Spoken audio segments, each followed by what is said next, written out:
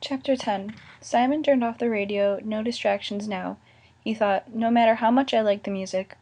Motorhead was abruptly silenced. He settled back on the couch next to Zoe and began his tale. I was born in a village outside Bristol that's in the west of England.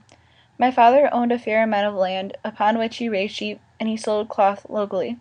But he was ambitious. Saw Zoe sink into the cushions, relaxing into the tale. In those days Parliament ruled. The old king was dead, and the king to be still in exile. They were grim times, when the slightest hint of pleasure was condemned as sin.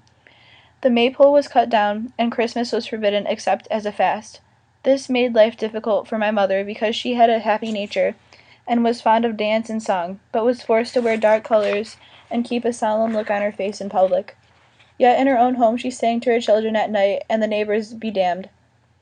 She had a merry laugh, and all who knew her said it was hard not to join her in a prank. Simon reached over the arm of the couch and stroked the picture frame gently as he talked. It was all he had left of her. My father's business was just starting to do well when I was an infant, so he commissioned this portrait to record his good fortune. It was shortly after this portrait was painted that Wolfram von Grab came into our lives. Simon's spine stiffened. He saw Zoe look at him curiously, and tried to relax. My father would always say that, whatever else the faults of Puritan rule, the Lord Protector had opened up more chance of trade in Europe than any of the Stuart kings. Businessmen with political good sense were offered a golden opportunity to succeed, and my father took more and more trips to the city. On one of those trips he met Von Grab. Von Grab said he could help my father take advantage of the thriving market for British broadcloth on the continent, in return for a percentage, of course. Since he had contacts my father could benefit from, my father brought him home to discuss it further. Simon saw the question on Zoe's face before she voiced it. How would he know all this? Of course, I only heard of this when I was older, and in dribs and drabs, but I gathered enough to put the story together. Von Grab was a tall, pale man with a mane of dark hair, rumored to be a frivolous wig, and darker eyes. He moved gracefully and punctuated his animated conversation with quick gestures of his long, elegant hands. He made himself a pleasant guest, and won my mother over quickly with jokes and songs. He was in turn quite taken with my brother Christopher. No matter how charming my parents found Von Grab, the servants thought him odd. Whether this was because he was European or because he was truly eccentric, they couldn't say, but at a time when people rose at dawn, he slept past noon, and while the family went to bed, not much after dusk, they knew that he was awake well into the night. He hardly ate at all, claiming a weak digestion, although he liked a good red wine, and he never attended chapel. But he had plenty of money, and was likely to make my father rich, so his strangeness was overlooked. Von Grab rarely ventured outside, but he did enjoy sitting by the fire after supper, spinning a tale or two, and even the few servants would creep into the shadowed drawing-room to hear his fanciful stories. They say Christopher was spellbound. He would sit at the visitor's feet or on his knee, and beg for one more tale. While Mother looked on amused, Von Grab would laugh and tousle Christopher's light brown hair, the hair that is now white, and call him his sweet angel, his little Fledermaus. Christopher spent as much time as possible with him. My mother judged Von Grab to be an affectionate man, and chided him gently for not having a wife. Zoe shifted restlessly, and Simon motioned for her to be still. I'm getting to the point. One night, my father's manservant was slipping secretly through the hall to visit the scullery maid, when he heard soft voices on the upstairs landing. Creeping partway up the stairs, he saw Von Grab at his door, talking to Christopher, who stood there in his nightshirt, looking small and hollow-eyed in the candlelight. The servant assumed the boy had a nightmare and gone for a reassurance to his friend, so he withdrew. He was not eager for anyone to know he was up and about at this hour. Perhaps Von Grab knew he had been seen and thought the seeds of suspicion had been sown, or perhaps he couldn't wait any longer. I can only imagine, but the next night he left after all was sleeping, taking only a few belongings on his black mare, and nobody knew until the morning after, when the whole household was searching for Christopher. That morning the child's bed had been discovered empty by the housemaid, and he couldn't be found anywhere. Finally, when my mother was thoroughly panicked and the house was in an uproar, my father's manservant had to put aside his embarrassment and tell what he had seen. My father knocked on Von Grab's door, but no one responded, and the door opened easily onto an empty room.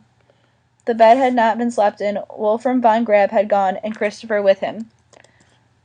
Zoe leaned toward Simon. Her expression was serious and intent. He had her within this tale now. My father wrote letters frantically to the men von Grab had always mentioned as his associates, and sent them off by servant to the nearest post-house. Messengers were dispatched to the ports. Then he left for Bristol to visit the inn where he had met von Grab, but no one had seen the foreigner, and a search of Bristol proved useless. My father had to come back lackluster to his business, and trust in God and his letters. One by one his messengers returned with nothing to report, and when the replies to his letters came back, they plunged him into despair. None of these men even knew who von Grab was. How can this be? My father asked all around him. He was too godly and innocent to see harm in a man's attentions to a young boy. He could never have conceived of what came later. With nothing more to do, gradually the household fell back into a normal routine. But really it would never be the same. My father announced that we should put the tragedy behind us, and flung himself mindlessly into his work. His business flourished, and even one of von Grab's supposed contacts offered to sponsor my father's ventures on the continent. When he heard the painful tale, my father grew richer, but always anyone who traveled for him had strict orders to look for Christopher. My mother never ceased mourning. Her smiles were fewer, and she became nervous, jumping if even a branch scraped a window. Simon tried hard to visualize the mother who had loved him so long ago, but he couldn't see her face anymore except by looking at the picture. Although he remembered her softness and warmth, he sighed. And she loved me with a desperate fierceness that even a small child found bounding at times. She had not protected her firstborn, so she seldom let me out of her sight. Perhaps God was punishing her. She didn't know. When the villagers whispered it must be our family's sin that had led to this tragedy, she stopped going to chapel on Sundays. She would punish God. Then, when I was 4 years old, she started seeing Christopher, peering in the window at night, hiding in the shadows of a darkened room, or standing outside in the moonlight. "There he is," she cried. At first my father would jump to look, or a servant would rush outdoors, but there was never anyone there. Soon they just shook their heads. My father would stroke her hair sadly and try to comfort her, but she would get more and more hysterical, as people refused to believe her. One of my few and most vivid memories of my mother is of her sitting me in my father's wooden chair one night. "Be a good boy," I can still hear her say. "Stay right there. I will not be long." She was smiling. I think I remember because it was so unusual.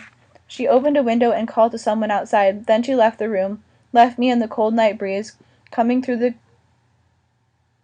casement. I never saw her again. Simon realized he was holding himself against that remembered cold. But that cold is always with me now, he thought. They found her later in the garden with her throat slashed. Zoe drew in her breath sharply and held her hand to her own throat. The movement caught Simon's eye. He reached over and lowered her hand. Her eyes were large, and he found compassion there. How strange and wonderful and sad to tell this story to someone after so long a time, and have her care, he thought. He wanted to touch her face, but he kept his hands to himself. He wouldn't distract from his tale.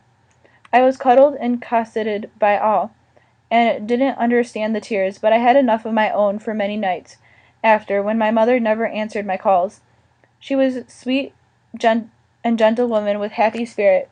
She never deserved her lot in life. Soon after, my father moved our household to the city of Bristol. He couldn't bear to live in that house any longer.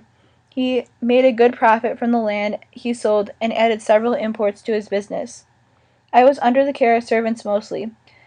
We had more now, and I hardly ever saw my father. I remember being angry at him for not making my mamma stay, but maybe I was more frightened that he himself wouldn't come back. Who to say? But we were never close after that time.